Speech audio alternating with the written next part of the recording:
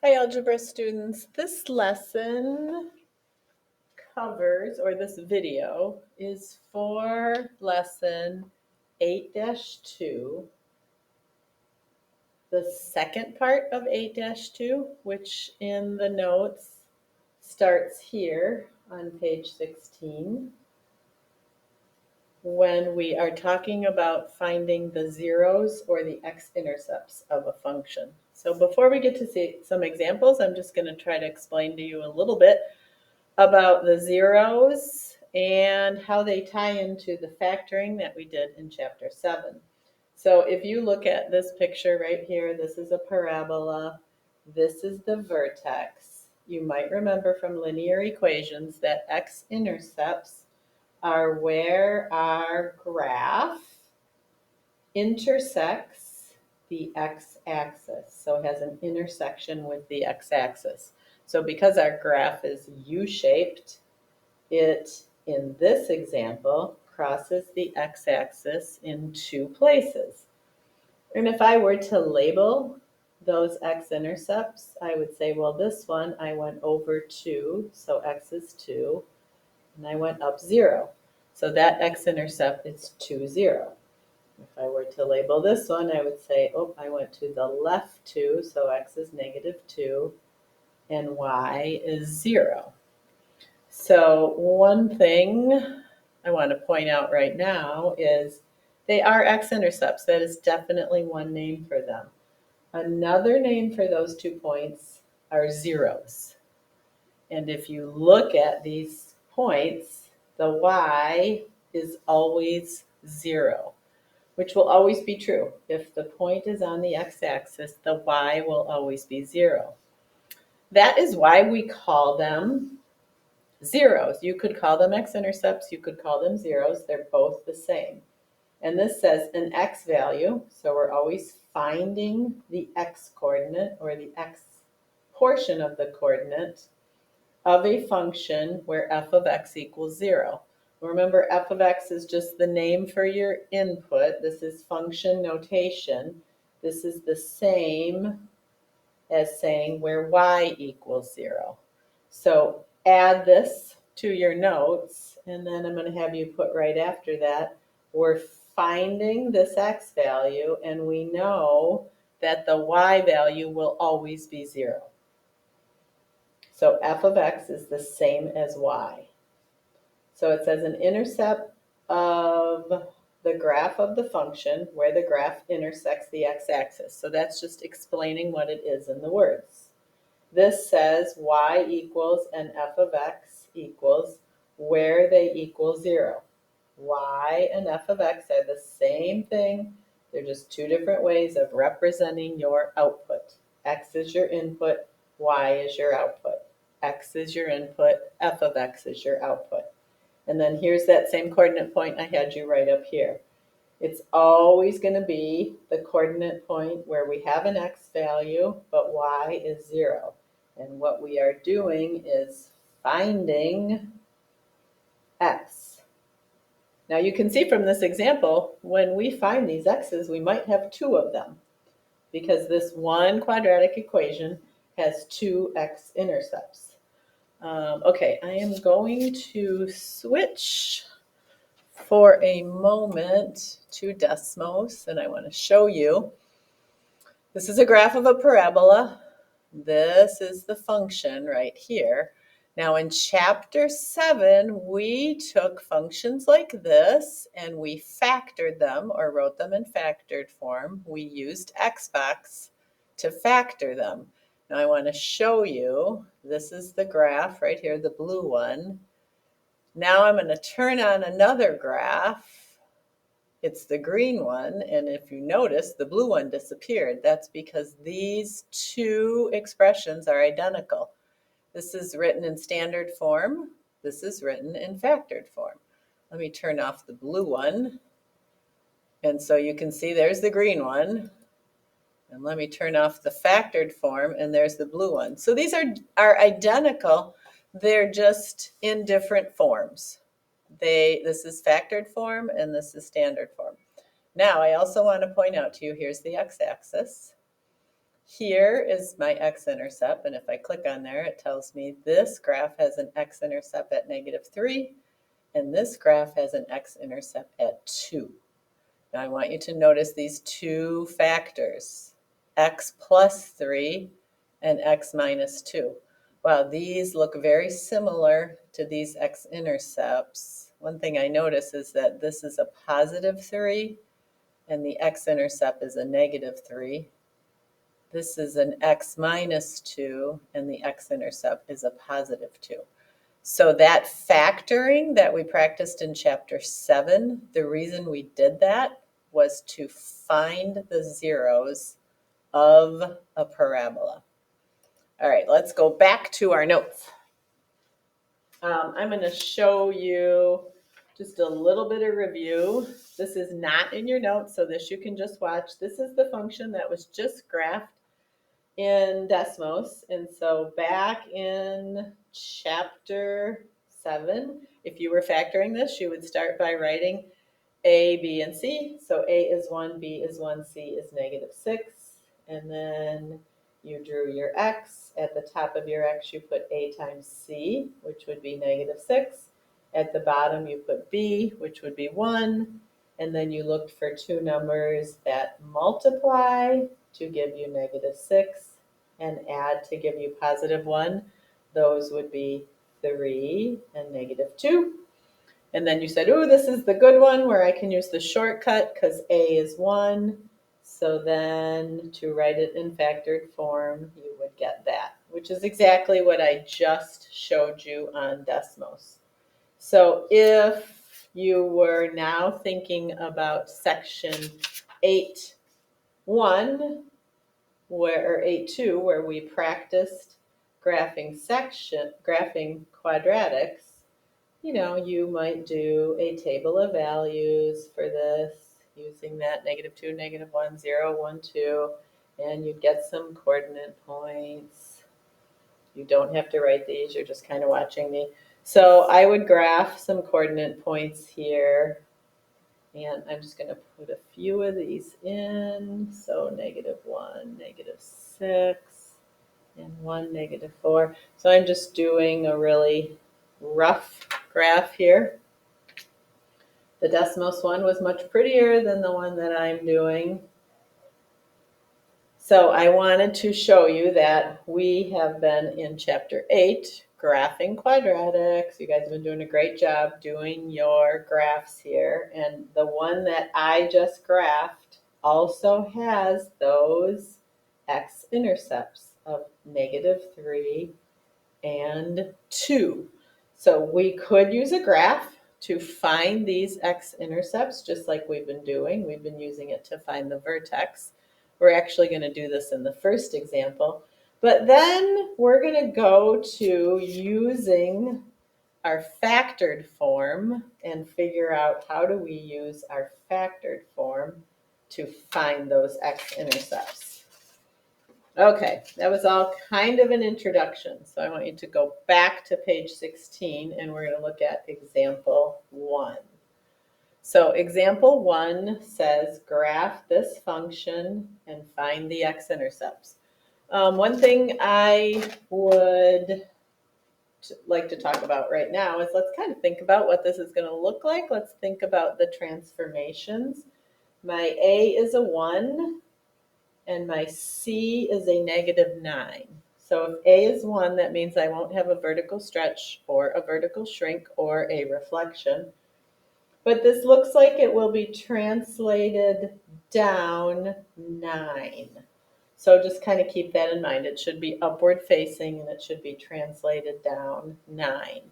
So remember, we write our function here, but we wrap up the x. And then we fill out our table of values. The function is the same all the way down, but what we are doing is plugging in different x values. So this would be 0 squared minus 9, 1 squared minus 9, 2 squared minus 9. Now here is the little bit different part. I want you to add 2 more x values to this table of values.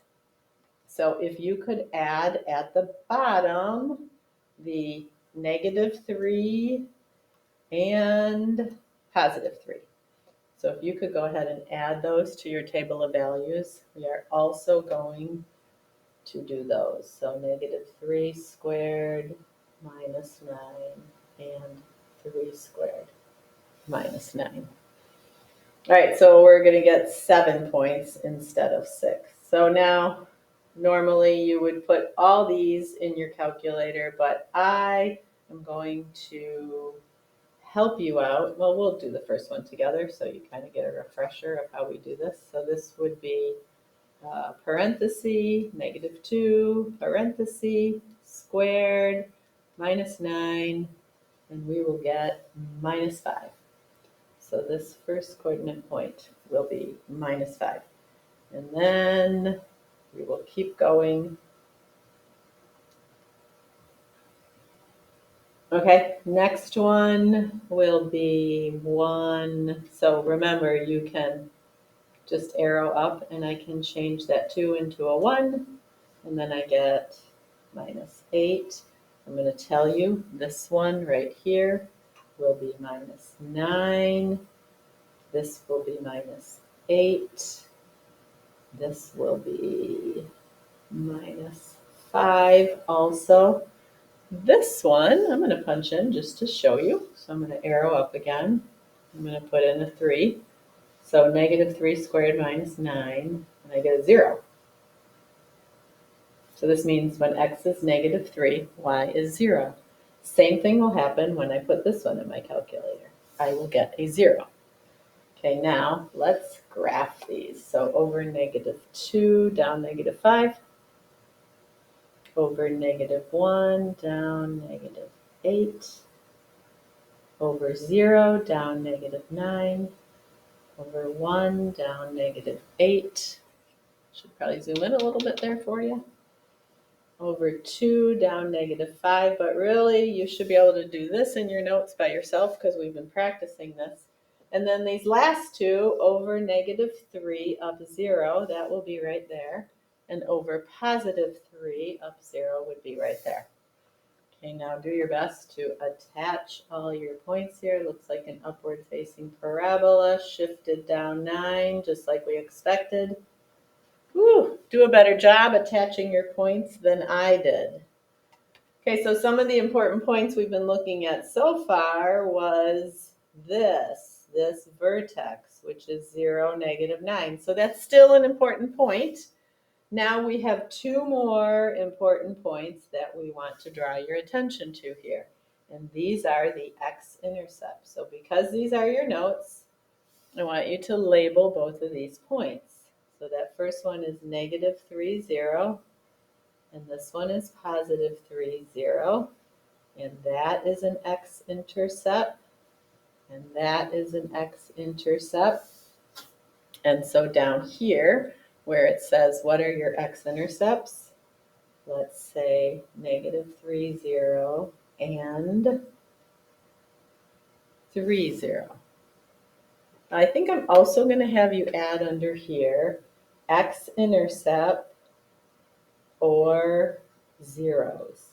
So those are both names for those points. So again, make sure all this is filled in nicely in your notes. If you need to pause the video and fill it out, now is a great time to do that. Okay, let's turn the page and we're going to start. I think in this video we will look at one more. Now this one says again, find the zeros or x-intercepts. I'm not graphing though. They're just giving me a function here, f of x equals x squared minus x minus 2. And then right here, you'll notice they took that function and made it equal 0. So I want you to think again about those x-intercepts. When you're finding an x-intercept, it is where your parabola intersects the x-axis. So we have an x value, but the y is 0. We have an x value, but the y is 0. So it says right here, step 1, let f of x equals 0. Or, remember, that's the same as y equaling 0. So if you look at this equation right here, it says let f of x equal 0. Well, think about it. If I'm finding one of these points, I know that whenever I'm finding an x-intercept, the y is 0. So I'm going to say, well, my output needs to be 0. So really what I'm doing is I'm replacing this with a 0. That's what has been done for you right here. So you're taking your quadratic equation and you're setting it equal to 0. And then we need to find x's where y equals 0, or f of x equals 0. So basically, I want to solve this equation. Now, we haven't solved an equation like this before, where we have an x squared and an x. So we're going to walk through this one. This is the first time you're solving an equation like this. So step 1, let f of x equal 0. So I'm replacing f of x with 0. I wrote it on the other side here, but it doesn't matter. You can still put this first, and then your equal, and then your 0. And then it says factor. So this is like chapter 7. So in chapter 7, if I gave you this, your first step would be find your A is 1, your B is -1, and your C is -2. And then I would know, ooh, A is 1, so that means I can do the shortcut. A times C is -2, and B is -1. So I'm looking for two numbers that multiply to give me -2. Well, the only numbers that multiply to give you 2 or -2 are 2 and 1. I need to make one of them negative, so when I multiply them, I get -2. But when I add them, I need to get -1. So I want to make this bigger number negative. -2 times 1 is -2. -2 plus 1 is -1. So those work. Now, because A is 1, I don't actually have to do the box. I can say, oh, my factors are x minus 2 and x plus 1. So this x squared minus x minus 2 in factored form looks like this. I started with an equal 0 over here, so I have to keep that. Remember, if I'm solving for x, this is an equation because it has an equal sign, so I have to keep my equal sign. So now you might be thinking, okay, I still really don't know how to solve this equation because I've never had two binomials multiplied together and I had to solve when I had equal on the other side. That's where this property comes in. It's called the zero product property. I like to shorten it and say ZPP. So what ZPP says, I'm just going to have you add this to your notes. ZPP really says this: if you have two numbers multiplied together and they equal 0, then either A equals 0 or B equals 0. So let's think about that with numbers. So think if you have 2 times something, you don't know what it is, and it equals 0, well, this something has to be a 0. The only way to get a 0 for an answer is for this to be a 0.